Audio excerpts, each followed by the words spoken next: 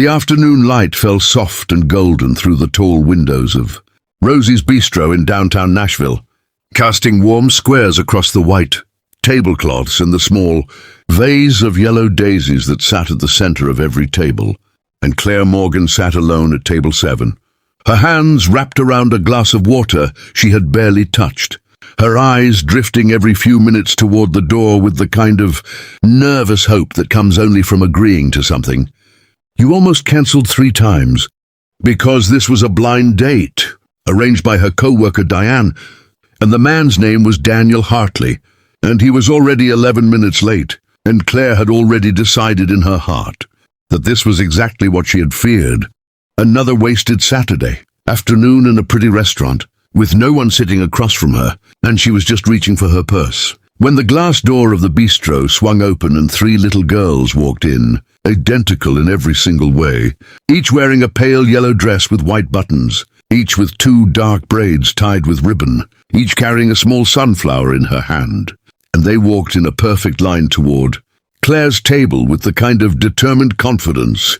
that only very small children and very sure adults ever possess. And the first one stopped right in front of Claire and looked up at her with wide, brown eyes and said with complete seriousness, "My daddy's sorry he's late." And the second one nodded and added, "He spilled coffee on his shirt and had to change." And the third one held out her sunflower and said, "He said to give you this so you wouldn't leave." And Claire stared at the 3 of them, her purse still half lifted, her heart doing something completely unexpected, something that felt like a door opening that she had thought was permanently closed. And she set her purse down slowly and accepted the sunflower. And she looked at 3 pairs of eyes that were watching her with the quiet intensity of children who have learned to read adults very carefully, and she said softly, "Well, I'm very glad I didn't leave." And at that exact moment the bistro door opened again, and a man walked in, slightly out of breath, wearing a clean blue shirt that still had a faint watermark near the collar, his dark hair a little unruly. His expression caught somewhere between embarrassment and desperation, and when he saw his 3 daughters